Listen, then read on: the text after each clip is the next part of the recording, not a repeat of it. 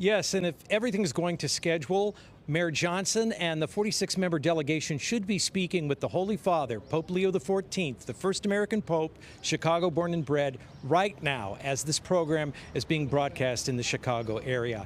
This is called Porta al Perugino. This is the secured entrance to the Vatican.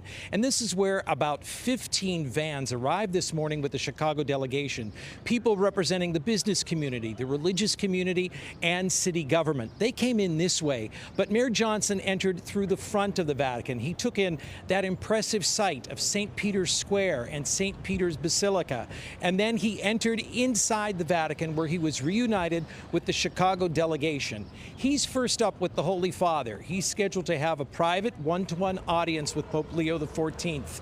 And then after about 30 minutes, the entire delegation is expected to meet with the Pope. And when we were speaking to those who are part of the delegation waiting to get inside, their excitement was palpable. Even though they were inside these big, heavily guarded vans, you could just see the exuberance on their faces when they took time to speak with us. Alderman Irvin from the West Side even held up a yellow T-shirt that said, "God bless the West Side." What a really energetic moment. Here are some of their thoughts just before they entered the Vatican.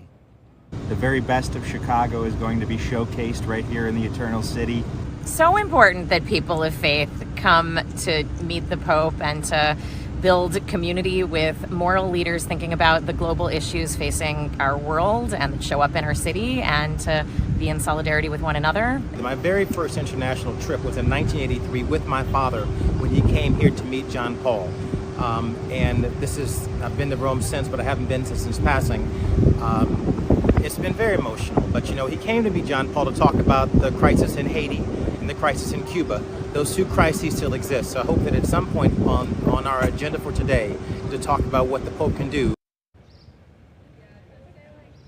That, of course, there is Yusef Jackson, Jesse Jackson's son, the late Jesse Jackson's son, who now heads up the Rainbow Push Coalition. So what will everybody be talking about? Well, the Pope spoke on Monday in a historic statement. He apologized for the church's involvement in slavery dating back to the 1500s. Perhaps that's something they'll talk about. He's also been speaking about the dangers of AI and how AI needs to be disarmed. That could be something else they're talking about. And also, this delegation is showing to the Pope that they support many of his world initiatives for peace, for an end of war, for social justice. Of course, we're going to find out exactly what the Pope had to say to the delegation and what the delegation had to say to the Pope in about an hour or so. A press briefing is scheduled so we can sort of have our ear to exactly what was said and what might be the culmination of really an impressive visit on behalf of the city of Chicago and the greater community of Chicago. We'll bring you all of that information as soon as it's available, but till then, reporting live from the Vatican, I'm Vince Girasoli, CBS News, Chicago. Vince, so looking forward to your reports later on today. Always good to have you with us here on the show. Thanks so much.